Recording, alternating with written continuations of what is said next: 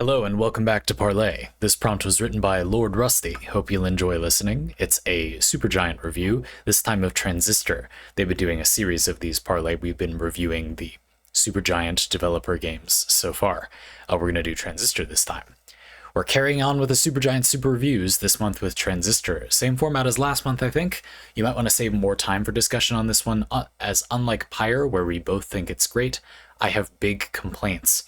I'm not going to bury the lead on this one. I think Transistor is the weakest Supergiant game by a big margin.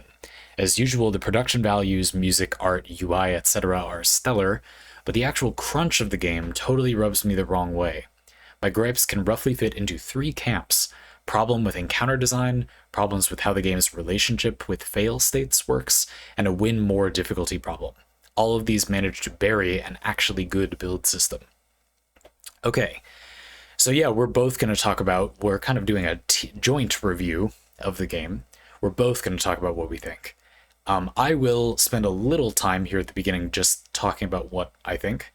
And then I think a way that will make it fun for Lordrusty especially is I will say what I think is bad about those three things that you said or what you think is bad. And then we'll unspoiler them and talk about each one. So my thoughts, a little bit of a prediction, or I'll say what I think about those things you're saying are bad, then I'll read each of the things you think are bad and respond to them. Cool. Transistor is a game that I primarily like because of its build system. So I'm not surprised to hear you say, I think there's some bad things and the build system is good, but it's stuck in those bad things. I would say I agree. Yes, yep. I recently replayed a little bit of Transistor because I was stuck waiting for construction to end and my air conditioning to be repaired, and it was too loud and hot, really, but loud to record, and so I had a little while to just play games. This is not a bad thing to happen once in a while, though I had a terrible month, but I played some Transistor. So I played this a while ago, and then I also played it recently. I've played each of the Supergiant games as they've come out, but I also just played some of Transistor last month. And I did not like it. I liked it much more in my memory, and I think that for me, since I last played Transistor, I became a much more well-read gamer, and thus Transistor has much more proper competition now, and I don't think it's that great now that I have that competition to put alongside it. For a lot of things, actually. It's interesting. I think maybe the better place to start is, you said, as usual, the production values, music, art, UI, etc. are stellar, but blankety blank. I actually don't totally agree. I feel like the most obvious way in which I feel like this is might be the weakest Supergiant game is that it's the least good at those things that all the other games do really well. I even personally think Bastion has kind of nailed this better.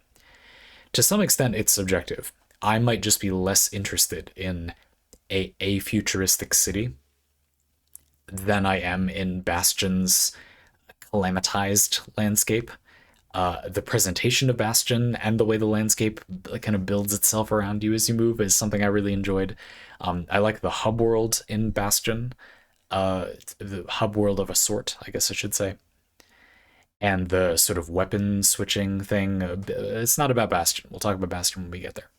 But the point is, personally, I think that this game also looks and feels less good. About the only thing about this game's production values that I think is stronger than some of the other games is the music, which is perhaps appropriate as part of the plot, being Red having lost her voice. The like spine of the world song has been drilled into my mind forever, and I think that's very good. I think this game's like play with music is kind of cool. There's a very minor part of the game where you get like a little safe haven backdoor area, and you can change the music. I spent a surprising amount of time in this space because I just think the music is cool. And the way that Red and the unknown person and the Transistor like interact and sometimes hum music or like sing or talk about a part of song together, or you know, Red will be humming or whatever, is a fun part of the game. I think that adds ambiance to the game. and is a very powerful part of its presentation. But otherwise, I think it's only okay. Still good by other games standards, but not great, in my opinion. I think the environments are often surprisingly uninspired. Not boring, but pretty average. I think the setting of Transistor is not that interesting. The lore, if you want to approach it that way, is maybe a different story. I actually think that that's one of the strongest parts of Transistor, which is bad news because it's very small. I feel like the cloud bank and the camerata and like what is going on in the city, the way the city's run, this kind of weird kind of utopia struggling with that identity city is not usually what we get in what you might call a cyberpunk type of story. It has this weird, a positive-ish with problems, but reasonable problems maybe spin on it. You could interpret it as a little dystopic. Like there are parts where there's a thing where you can, just as a piece of ambiance, you can vote for what color you want the sky to be in, the next week or whatever, tomorrow. The forecast, basically. It seems we can control that now, and so you can put in a little vote for it. And you could see that as positive or negative. But anyway, I think that is an interesting bit of world building for very little space in the game. It does a lot of world building, and I think that those details are cool, but they are very little space in the game. And so personally, I found that to be a kind of weaker part of the presentation. By contrast, I think in Hades and Hades 2, for an example, we have a setting where you don't even really need to give us much exposition or lore. It's based on real life mythology, and yet we get quite a bit more, I would argue. Just much more. This is a place where I think you could draw a line, because we're talking about the Supergiant canon of games they've made as a kind of timeline. You could draw a line and say, I wonder if someone noticed that that was a strength of the writing and production at Supergiant around this game. And then in Pyre, we see, I think, more of those lore and world building elements. It's more of a world building focused game, but it's only in Hades, I think, where it really comes into its own, and we just get an unbelievable amount of dialogue, just an onslaught of, I think, pretty fun dialogue. That's another thing, is I think it's partly hard because we only have one speaker for most of the game. This is early Supergiant stuff where we often have a single narrator, and it's the unknown person in the Transistor this time. But I do not think that their dialogue is often very good. There are some fun parts. There's some good kind of colloquial dialogue. I feel like that's better when you go to the next area and then our Transistor narrator guy goes, wait, back, go back, quick. We're getting ambushed or something. Those moments felt like fine to me. There are a lot of moments where, because there is only one speaker, to give us information, we have to get an information dump from one speaker, which is, I just don't think is very good, and there isn't an easy way to avoid without adding like major characters vocally to the game. On the other hand, I think the way that Red is characterized without dialogue is kind of good, except that it's almost always directly told to us after being shown to us by the Transistor, the unknown person in the Transistor. Red is advised to take a right to get out of the city, but takes a left, which would be a really good way to show, not tell. She literally can't speak, and so we know she's like going to get the camerata and not trying to escape. But because we can't see that she took a left instead of a right, at least I didn't feel like I could, and the person in the Transistor literally says, you took a left afterward. I feel a lot of the pathos of that moment is lost, and I think this happens lots more times. That's just my example for this.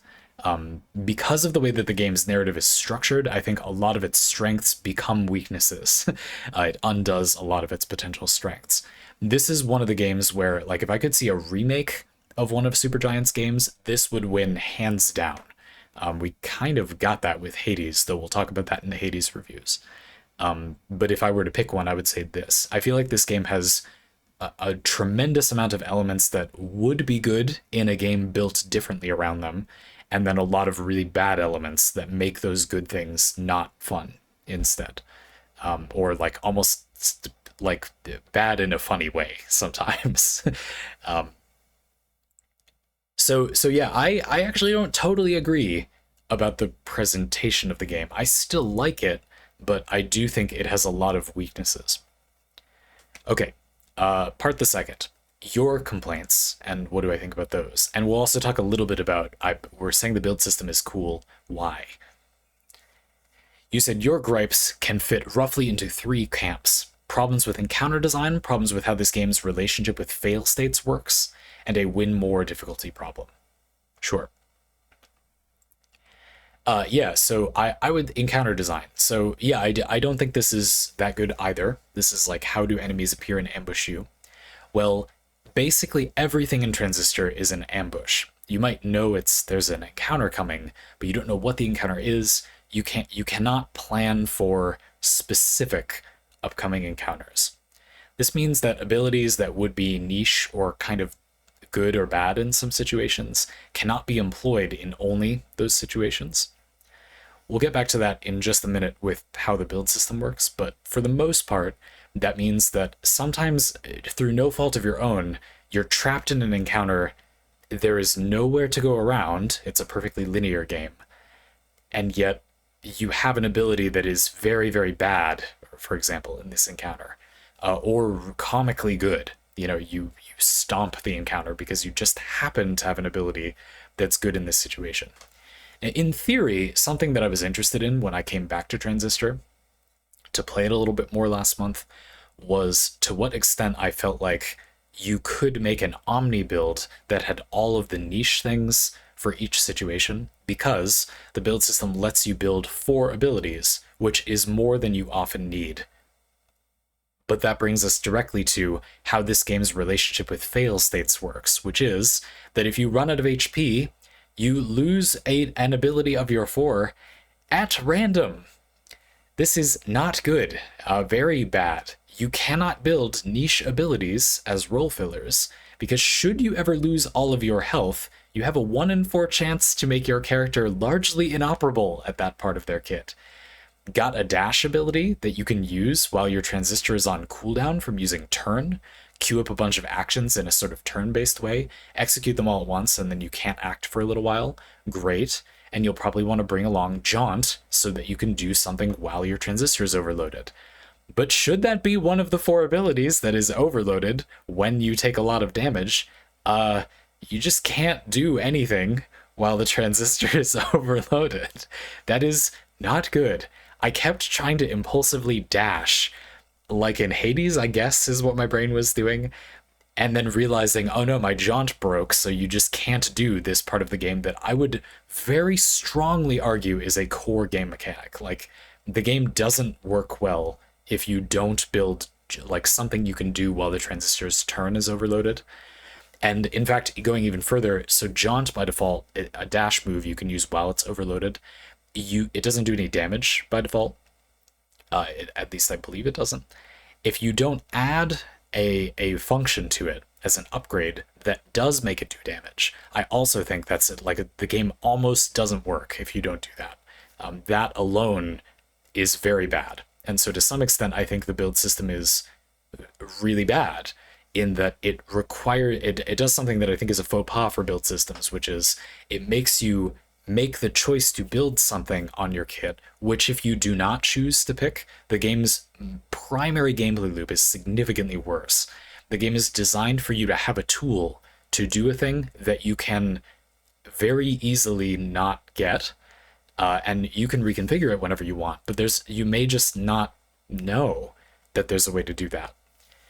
One of the game's build system's strengths, where you can turn any function into either an attack or an upgrade for another attack, becomes a weakness here, because you may, through no fault of your own, not know that there's a way to do damage while your turn thing has overloaded the Transistor. You can do damage while unable to use functions in that state, because some functions can be used while it's overloaded, and you can make those functions do damage.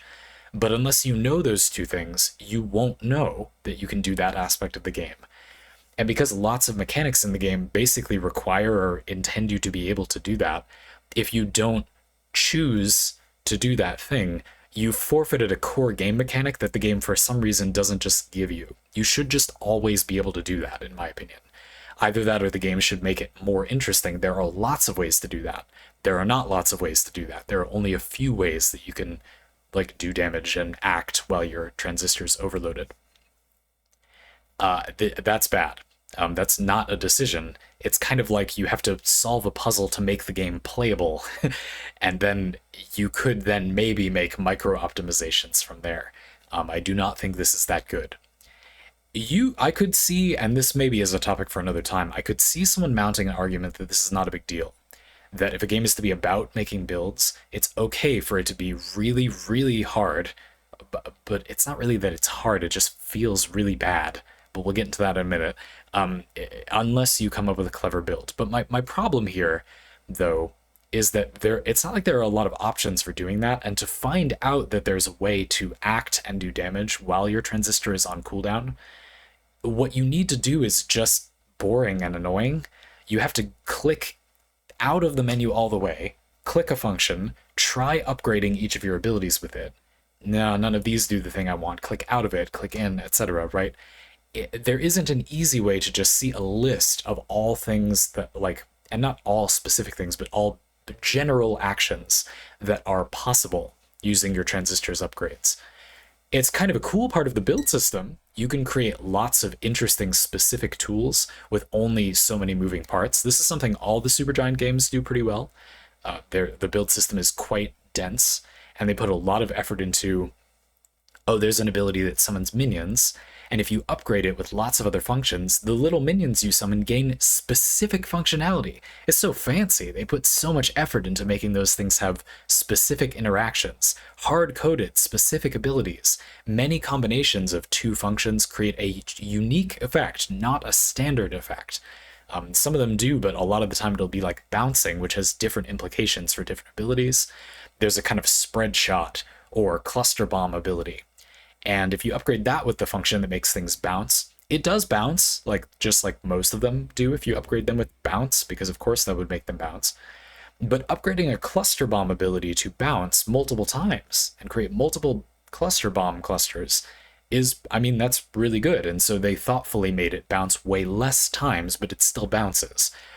Even that, as a more simple upgrade, is pretty interesting. But I think the problem, again, the way that a good thing about the game is kind of undone by its structure, is that system, while it has the merit of creating lots of unique build options with very few moving pieces, it also means that if any of those things are intended to be a core mechanic of the game, which I think they are, or they feel really good as a core mechanic of the game, you could say it that way, you probably won't find them. You just won't know that that thing is there as a core mechanic of the game. Finally, a win more difficulty problem. Yes, if you enable more difficulty modifiers on the transistor, you gain more experience, which gives you more levels, which gives you more functions, which gives you more power, which gives you more ease of turning on more difficulty modifiers, which gives you more levels, which gives you more functions, which gives you more power, which etc.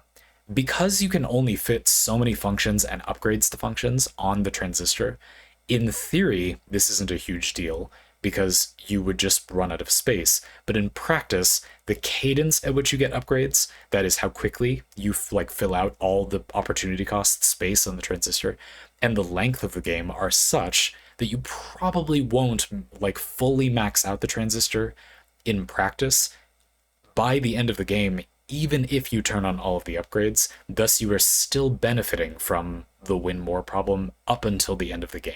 At least that was my experience. Okay, let's read Lordrusty's specific complaints about those subjects, and then maybe talk a little bit more about fun things about the build system. But I have to say, coming into this, I expected to say no. On the replay, I have a more negative opinion, or really my take is that a lot of the good things about the game are connected in such a way to the bad things that they are no longer good. They're just good ideas.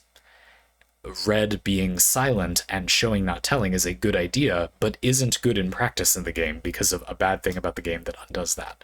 The build system is a good idea, but isn't good in practice in the game because of the way that the combat, all of these other things we're going to talk about, etc. the world building of the game is good as an idea, but isn't good in practice because the game is short and doesn't focus on those elements. It just doesn't really make sense to like tease us of a world we can never learn more about. I was almost kind of angry, actually, at some of the world building. Anyway, first up, the spoiler about encounter design. Let's see what we got, Lordrusty.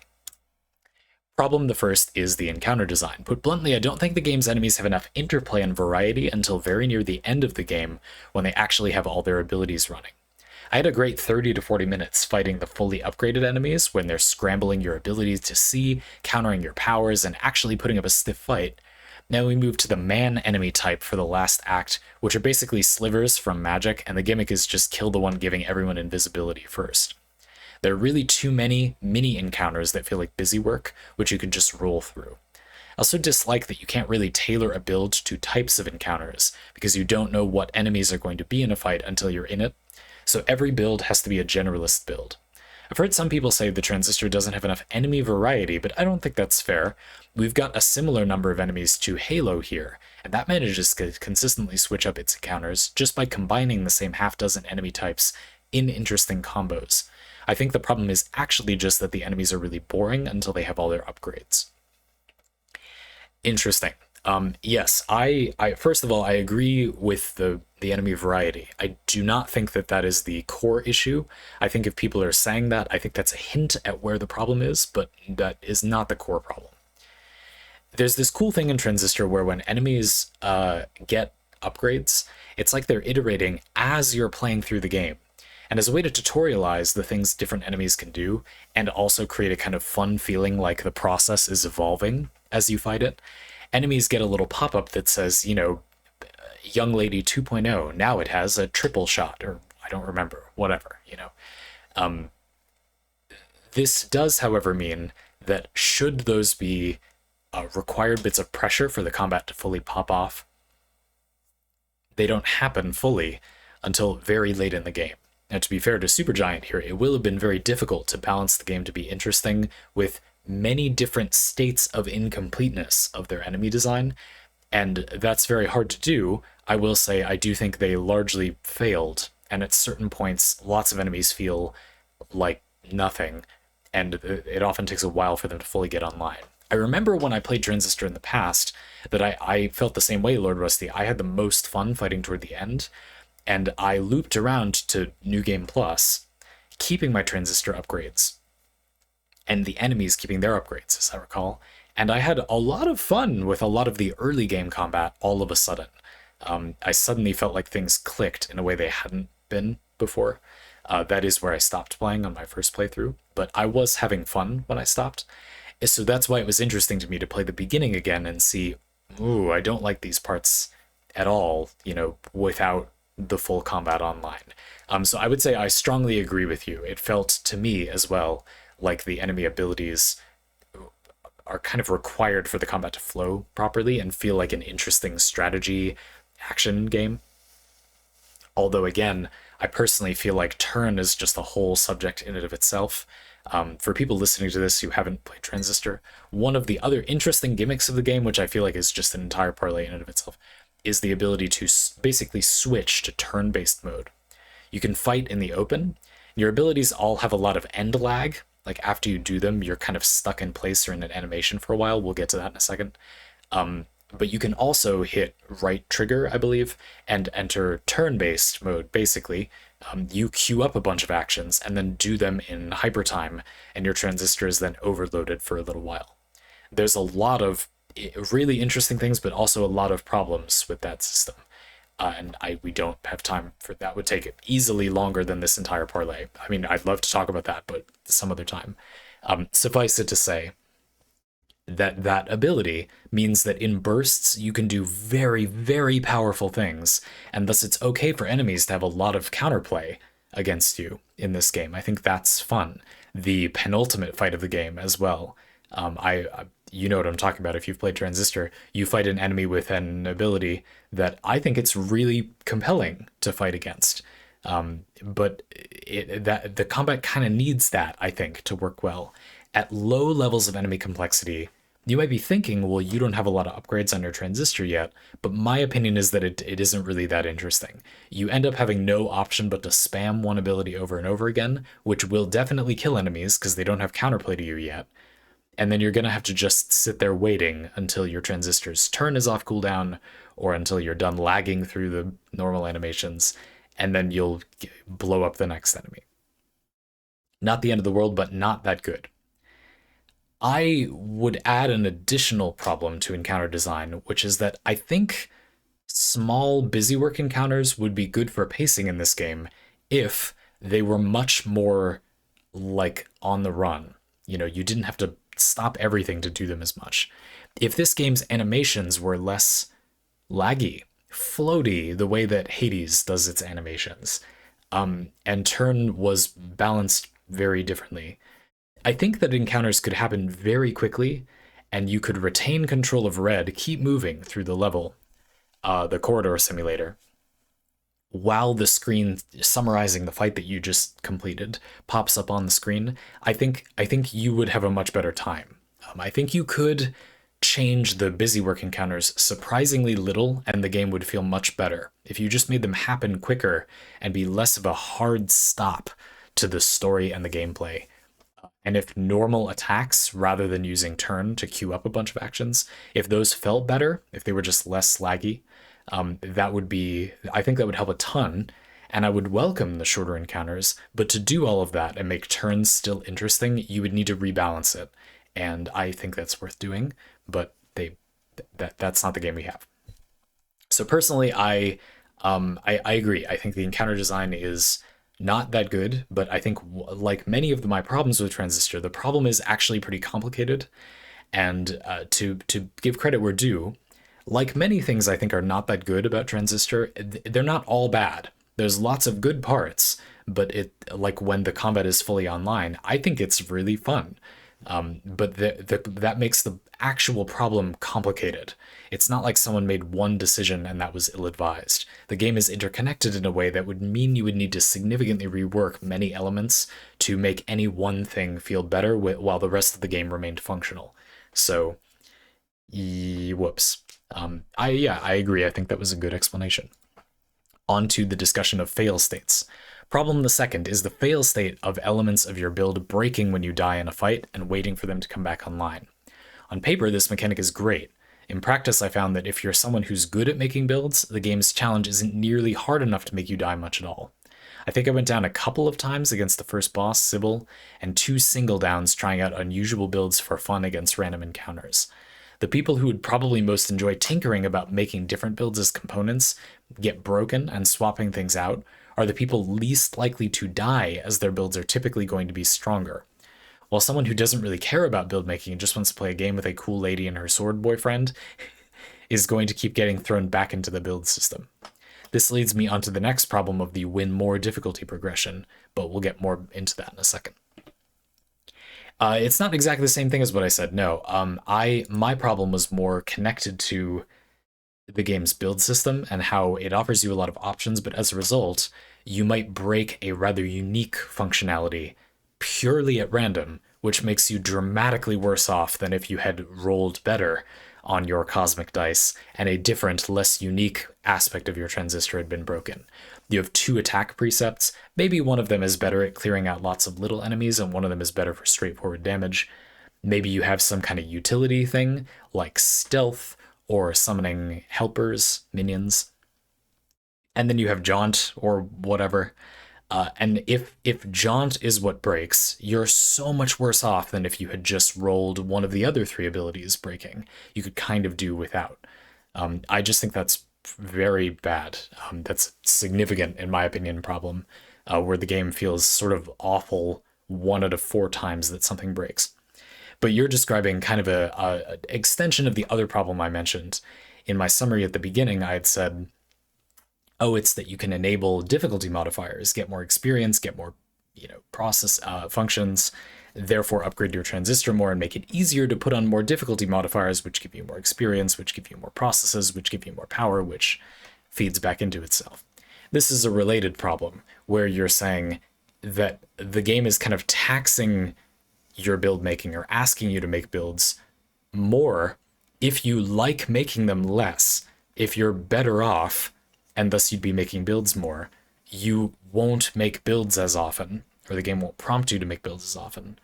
Whereas if you're less into making builds, your builds will be less powerful. You will lose more functions on your transistor, and thus you will need to go to the build system and make more builds because you had functions disabled that you probably want filled with something for combat.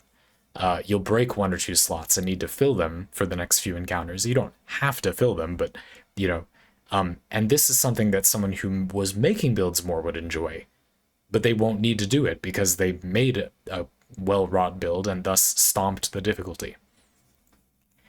Indeed, and I'm not entirely sure what the solution is there. The game's difficulty would have to scale as you went, and you can see how in Hades and Hades 2, with the Pact of Punishment and the Nightmare thing that I forget the name of in Hades 2, they have learned from this and created a very unique, at the very least, we can say, difficulty system. This is not enough, I don't think, for it to really work for a lot of players. I guess that's how I feel. Oh, and we are leading into the problem of the win more difficulty. Lordrusty says, if you can get rolling early and pick the hardest limiters, which give you the highest experience bump, after an initial difficulty hump, yep, the game actually gets easier as you start leveling faster than encounters get harder.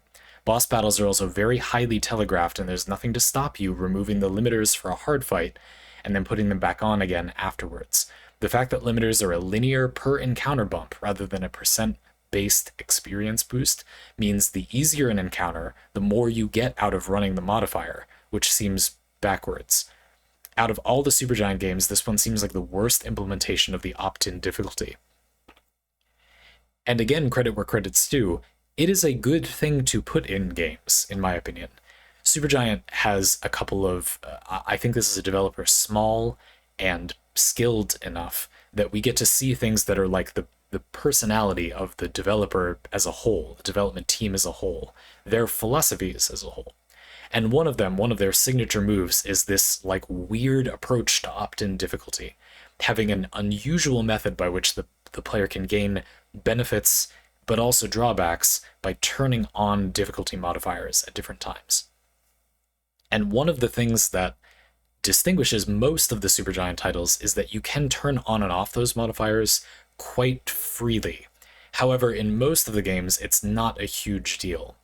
In Transistor, it is a fairly big problem because, as you say, you can just turn them right off for the only fights that are not an ambush, boss fights, where you almost always know the fight is coming.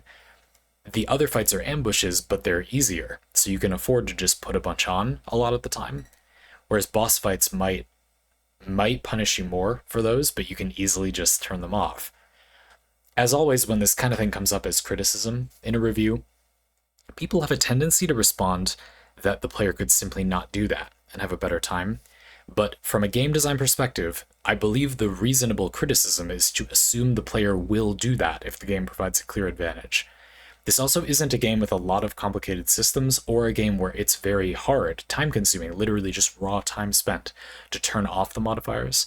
So I think it is reasonable to say that the game is about the ability to do that to some meaningful extent. Just because it's physically possible not to doesn't mean it isn't a critiquable quality of the game.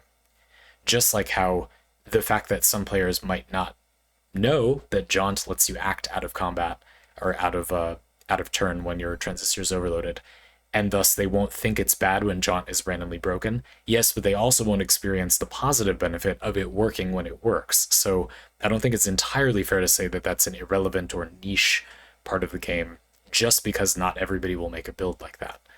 It is a fairly core game mechanic in that it significantly changes the encounter design, and you get Jaunt pretty early. Anyway, the way you worded it is a great explanation too. I would say you're quite accurate saying the way the experience thing happens as well. That's what I did when I replayed it. So I thought, I don't remember this being that hard, so I will put on all the difficulty modifiers at every turn. And I experienced, just as you said, a kind of initial difficulty hump for a few hours where the game was pretty hard, and I was somewhat surprised. compared to what I expected. But then I very quickly began to like gain a level I wouldn't have without the difficulty modifiers, and suddenly I went into a fight with 2 or 3 more tools than you would normally have at that part of the game, and I was pretty quickly just wrecking shop. Once you can get, for me, it was when you get help, the summons, and what I like to do is put the thing that makes them in, they split, you get 2 of them. I forget which upgrade does this. There's a function you can upgrade help with that makes you get 2 small summons instead. You activate turn, and then you have the opportunity to split your damage a lot, which is really strong in Transistor. Most things don't do chip damage, so if you hit an enemy with a powerful attack, but they live with just 1 health, like in many games, they're a full threat. It's like you did no damage to them until you do 1 more damage. Having the 2 dogs means you can finish off lots of smaller enemies, or enemies that need a little more damage, while still allowing you to focus fire bigger enemies, while retaining all the benefits of the Transistor normally. You know, you can still have big burst damage, you can still have your movement, utility, etc. Indeed, those things make it better because the summon ability takes a while to execute. Anyway, yes, I actually don't think that a lot of the elements alone, again, are necessarily bad ideas, but the way Transistor has implemented the difficulty scaling modifiers, and then you get bonus experience, and particularly what you said about the fact that the limiters are a linear per encounter bump rather than a percent-based experience boost, means the easier an encounter is, the more you get out of running the modifier, which seems backwards. I hadn't noticed that. You may be right and I just didn't notice it. I thought they were percent-based boosts, but it could also be one of those things where it says they are, but they're not. I'll sure say that normal encounters seem to give me a whole lot of experience, but maybe I just misread it. Maybe when it says 4 and 6%, that means 4 and 6% of your level every encounter. I don't know. You may very well be right. I honestly, I was just surprised reading that. But as you mentioned it, I certainly had the experience you had. So I guess that might be how it works, huh? Anyway, on to the final section.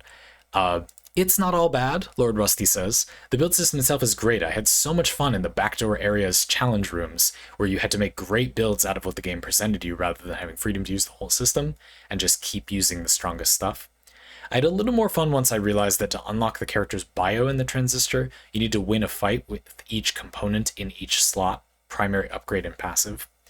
And that got me out of the loop of just playing what was effective and playing what I thought was fun. But this mechanic is badly explained. I didn't know that, and something I didn't really notice till quite late. I think if there was some story beats which turned off my most used components, there are a few times the Transistor starts going wrong and he's struggling, but there's no mechanical impact of this story element. If there was a little more telegraphing of what enemies were coming up in the next encounter, so making builds was interactive and fewer fights with harder mechanics, rather than the combat equivalent of busy work, I would have an amazing time.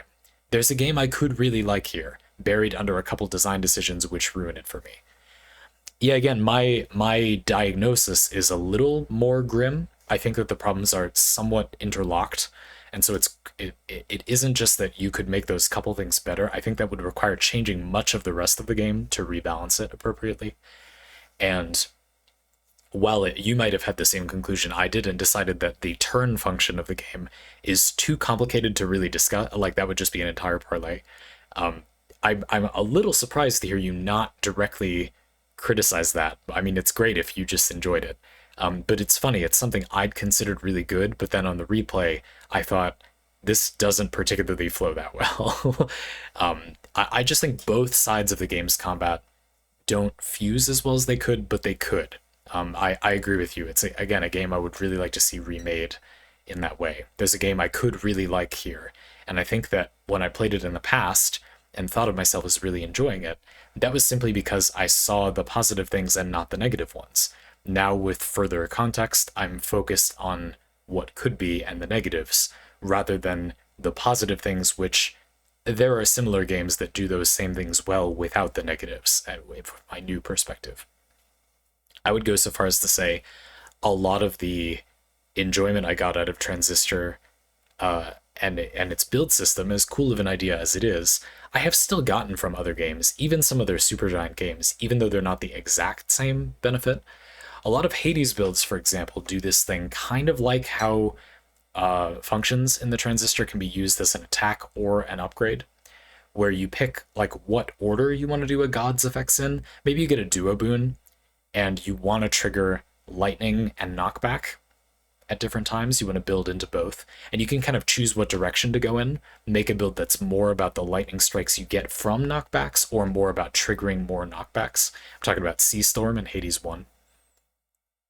And that, to me, does have a similar flair to the feeling of choosing whether you want this cluster bomb thing as an attack that you modify, or you want to modify an attack you have with cluster bomb characteristics. I would still really like a game that more directly did this system, because I think it's very clever. I think getting duplicates of functions and 2 upgrades for a function are both really fun. Those are both great moments where the game's build system kind of elevates a bit. But unfortunately, they also come largely after the game is complete. If you don't play the game after the conclusion of the main story, you don't play New Game Plus, you almost not at all experience those aspects of the system.